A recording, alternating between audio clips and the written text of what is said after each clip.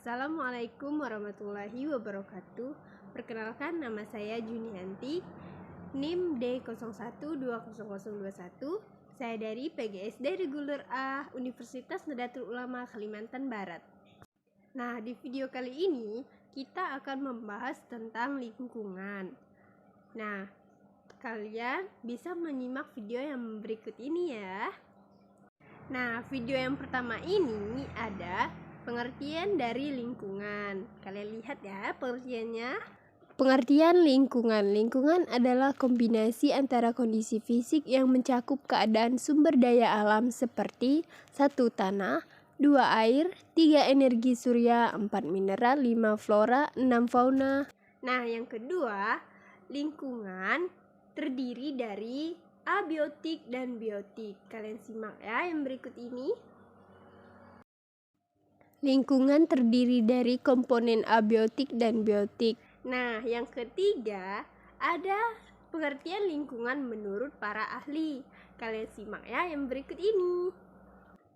Pengertian lingkungan menurut para ahli berikut ini. Menurut Munajat Danusaputro, pengertian lingkungan adalah semua benda dan daya serta kondisi. Menurut Otto Soemarwo, pengertian lingkungan ialah ruang yang ditempati suatu makhluk hidup bersama dengan benda hidup dan tak hidup di dalamnya. Menurut Samba Wirakusuma, pengertian lingkungan adalah semua aspek kondisi eksternal biologis. Menurut Emil Salim, pengertian lingkungan diartikan sebagai benda, kondisi, keadaan, dan pengaruh yang terdapat dalam ruang yang kita tempati dan mempengaruhi hal yang hidup termasuk kehidupan manusia. Nah, yang keempat ada macam-macam lingkungan. Kalian simak ya yang berikut ini. Macam-macam lingkungan. Menurut L.L. Bernard, lingkungan dapat digolongkan menjadi 4 bagian besar, yaitu berikut ini. 1. Lingkungan fisik atau anorganik, yaitu lingkungan yang terdiri dari gaya kosmik dan fisiogeografis. Yang kedua, lingkungan biologi atau organik, segala sesuatu yang bersifat biotis. Yang ketiga, ada lingkungan sosial, dibagi dalam 3 bagian, yaitu lingkungan fisiososial, yaitu meliputi kebudayaan, materi atau alat seperti peralatan, senjata, mesin, gedung, dan lain-lain.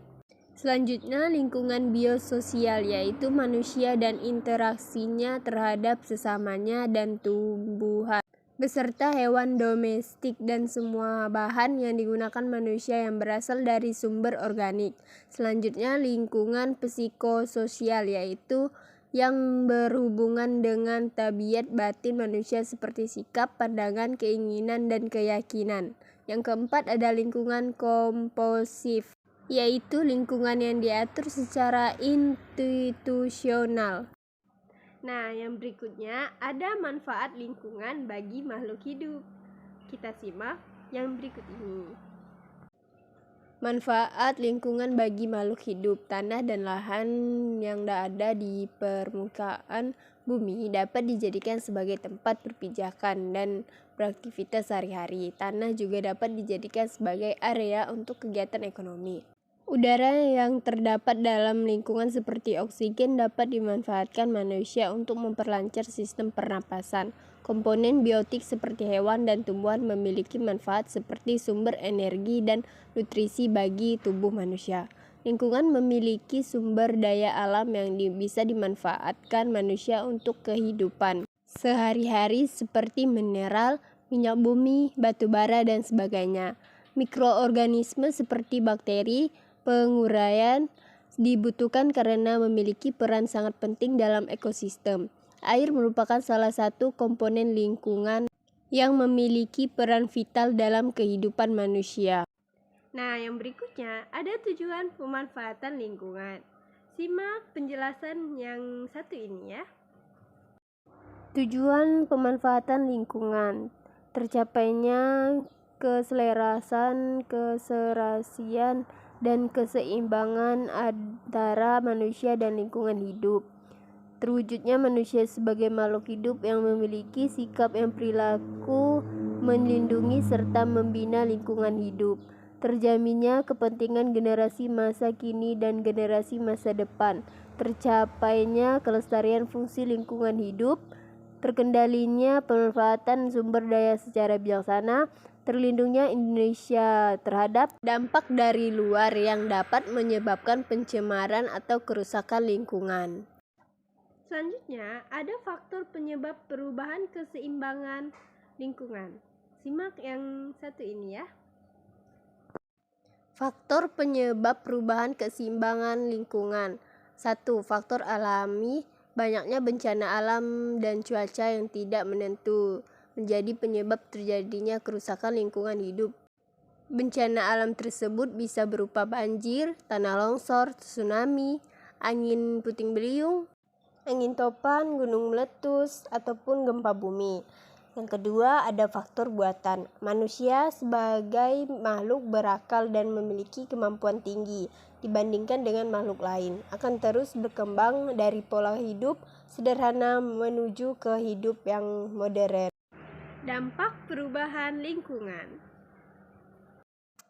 Dampak perubahan lingkungan. 1. Kualitas hidup menurun. Yang kedua, mengurangi potensi hutan. Yang ketiga, menghilangkan habitat flora dan fauna. Yang keempat, menyebabkan bencana alam. Yang kelima, mengancam ketahanan pangan.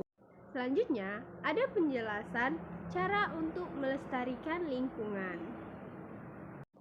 Cara melestarikan lingkungan. 1. Mencegah kerusakan hutan, seperti penanaman pohon pengganti dengan kualitas bibit yang berkualitas, seperti tebang pilih. Maksudnya hanya menebang pohon yang sesuai dengan ketentuan seperti umurnya sudah tua, ukurannya sudah besar, atau jumlahnya yang banyak sehingga perlu dikurangi untuk memberikan ruang pada tanaman lain. Seperti penghijauan hutan yang sudah rusak atau reboisasi, seperti dibentuk badan khusus untuk mengawasi lingkungan hutan, seperti pemberantasan pelaku penebangan hutan ilegal, seperti membuat kebijakan terkait perizinan pengusaha hutan, pemanfaatan kayu, dan industri yang hendak membuka lahan baru.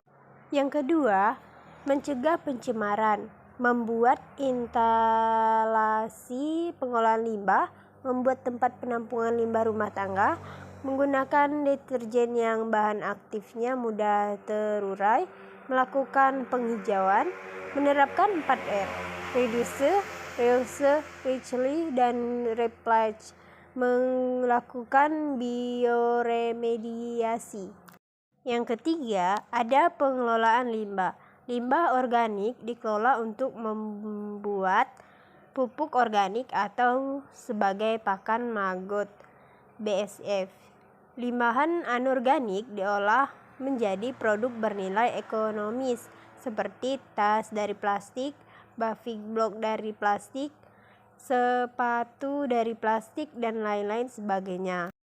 Limbah bahan berbahaya dan beracun B3 dikelola dengan perlakuan khusus, mulai dari pengemasan, penyimpanan, dan pengangkutan, sehingga tidak memberikan dampak buruk bagi makhluk hidup dan lingkungan. Sekian penjelasan dari saya. Mohon maaf jika ada kesalahan dan kata-kata dari saya. Semoga video ini bermanfaat bagi kita semua. Assalamualaikum warahmatullahi wabarakatuh.